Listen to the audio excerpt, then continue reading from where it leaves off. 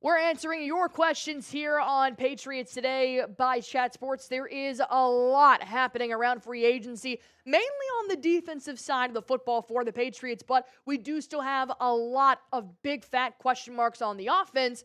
So let's go on ahead and break down your questions on today's show. First and foremost, I love talking ball with you guys. And if you guys want to talk outside of YouTube and not wait for these weekly mailbags, go on ahead and follow me on X at AR Barefoot. And I'm also on TikTok, where I do post a lot of clips from our shows. If you can't watch the full 8 minutes, be sure to go check it out on my TikTok at Boston Barefoot. Yes, that is still in the App Store. TikTok is back alive and well.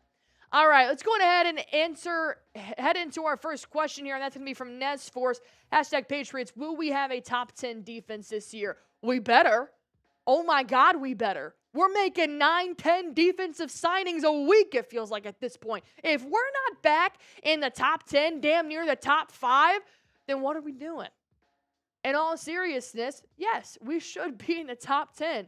You are signing great run defenders in Robert Spillane, Harold Landry. You're adding a great skill set to pair along with Christian Gonzalez in the secondary and Carlton Davis. You're even beefing up your defensive line and adding a whopping 4-year, $100 million player in Milton Williams. If we're not in the top 10, then we need to look at the front office, because those players are very, very capable of bringing the Patriots back to a standard that we as fans have come to know over the last couple of years. Elijah Mosby with the next question here. Patriots, when are we getting an offensive weapon for Drake Maye? I actually had the same question as you do, Elijah. I have made several videos right now on Patriots Today by Chat Sports talking about trade targets for a wide receiver, also available free agents, and what they can do in the draft. Obviously, these are the 3 options that New England has to look at moving forward. My number 1 option is going to be trade. And I would rather trade sooner rather than later, but because there are still some lingering unsigned players in free agency, it may take longer than we need. And that's just for a target. We haven't even talked in depth about how bad the Patriots need to update their offensive line on the left side. They added Bradbury, they have Nwenu, and they added Moses. Now we really need to focus on that left tackle and that left guard, which may unfortunately come down to the draft if the Patriots can't swing a deal before that deadline. But we do need to address this sooner rather than later. TJ coming in with my next question. Patriots, I'd like to see a copy of what the Chargers did. Sign best offensive line Campbell, then trade up for Matthew Golden or Luther Burden late in the first round.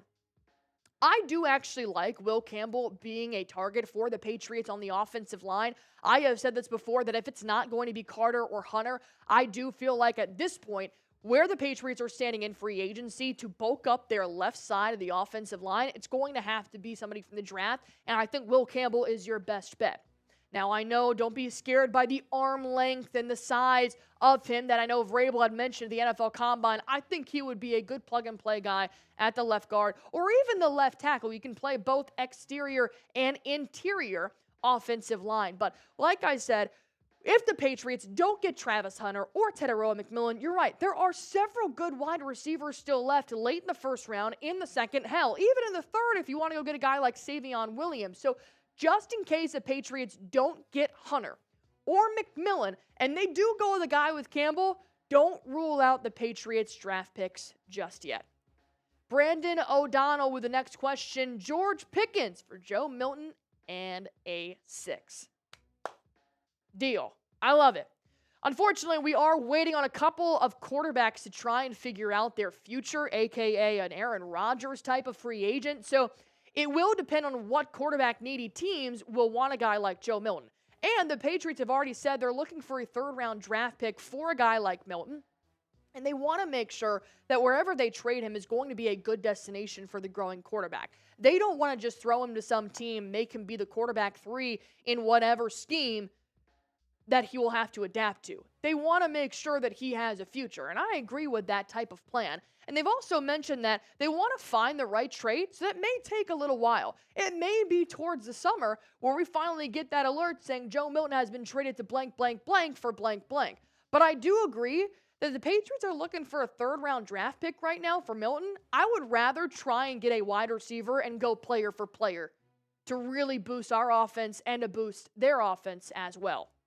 Nonsense Nick coming in. Hunter is a generational talent that, if passed on, can bite us in the arse. Nikhil Harry. Vrabel will utilize him on offense and on defense. Nobody is arguing that. Nonsense Nick. And nobody is saying pass up on Travis Hunter. The big fat question mark on Hunter to New England is availability. Will he be there at pick number 4? That is where the Patriots are at a fault, and they can't do anything until the Titans, the Browns, and the Giants do something first. Nobody's passing up on Hunter. Believe me, if Hunter's there at number 4 and so is Will Campbell, they better not take Will Campbell over Travis Hunter, because I do agree, he's a generational talent. I think that Mike Vrabel will also use him both ways, because Vrabel also played both ways during his time in New England. So I completely agree with you, Nonsense Nick, but Travis Hunter has to be available for us at pick number 4 to draft him. So my question for you guys here is, which position should the Patriots draft first? Offense or defense? I'm going to go with offense because I think they just signed pretty much every defensive player they could possibly ever think of in free agency, but I'll hear you guys out. Go on ahead and let me know in the comment section down below. And I'm going to let you guys know real quick about our great deal that we've got going on here. I handpicked this deal for you guys. $50 for 2 polos, 40% off. And I know that nice shirts like this, they're not cheap for a lot of you guys.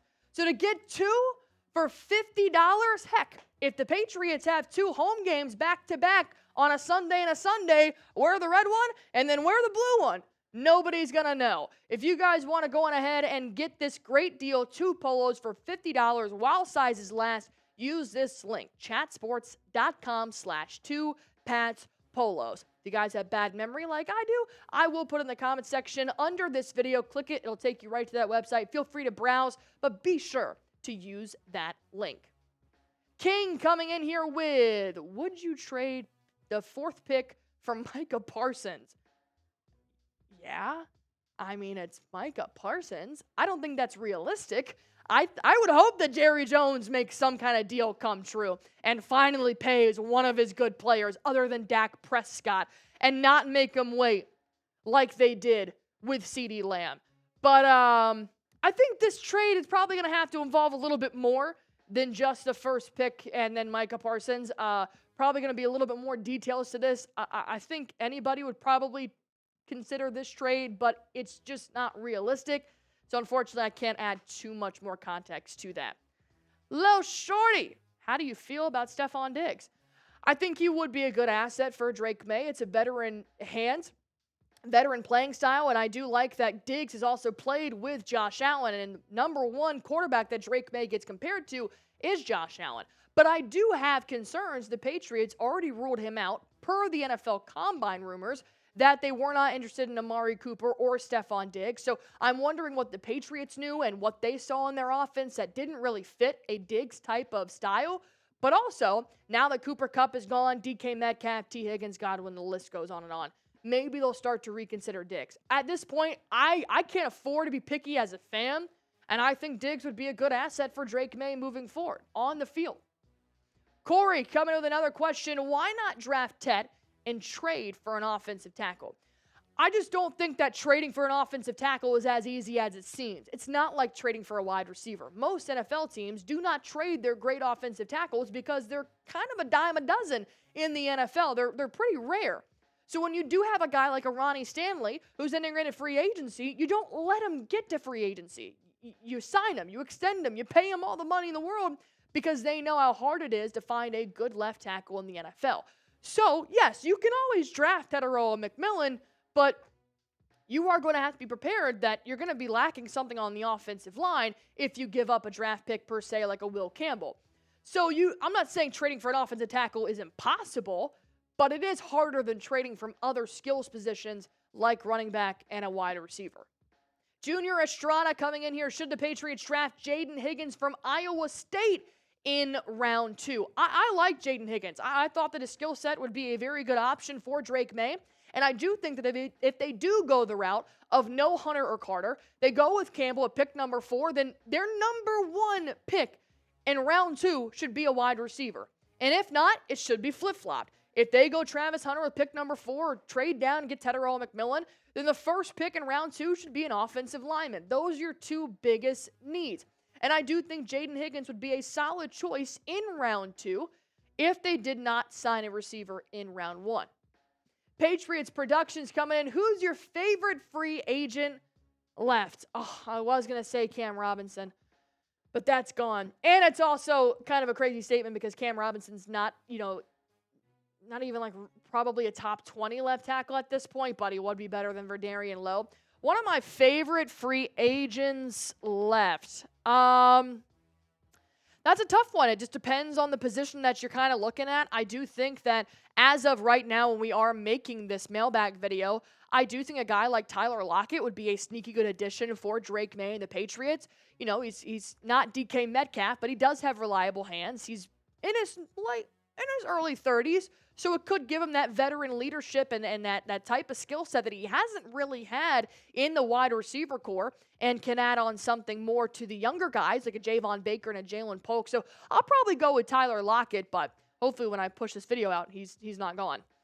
Lucid Chart coming in here with a $5 super chat. Do you think the Patriots should sign Stephon or Keenan if we go this year without no wide receiver 1? Drake Maye is so cooked. Thank you for everything that you do.